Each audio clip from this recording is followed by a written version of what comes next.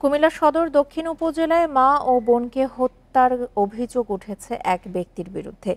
এ ঘটনায় জিজ্ঞাসাবাদের জন্য নিহতের ছেলে ও পুত্রবধূকে আটক করেছে পুলিশ। রোববার দুপুরে উপজেলার ২১ নম্বর ওয়ার্ডের রামনগর গ্রামে এই ঘটনা ঘটে। নিহতরা হলেন রামনগরের আবু তাহেরের স্ত্রী লুৎফা বেগম ও তার মেয়ে শিল্পী আক্তার। পুলিশ ও স্থানীয়রা জানিয়েছে, লুৎফা ও তার মেয়ে শিল্পীর সাথে দীর্ঘদিন ধরে ছেলে শাহিন ও তার স্ত্রীর ঝগড়া চলছিল।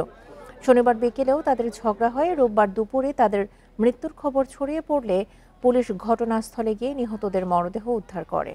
নিহতদের শরীরে আঘাতের কোনো চিহ্ন পাওয়া যায়নি। তবে কী কারণে মৃত্যু হয়েছে তা তদন্ত করে দেখা হচ্ছে বলেও জানায় পুলিশ।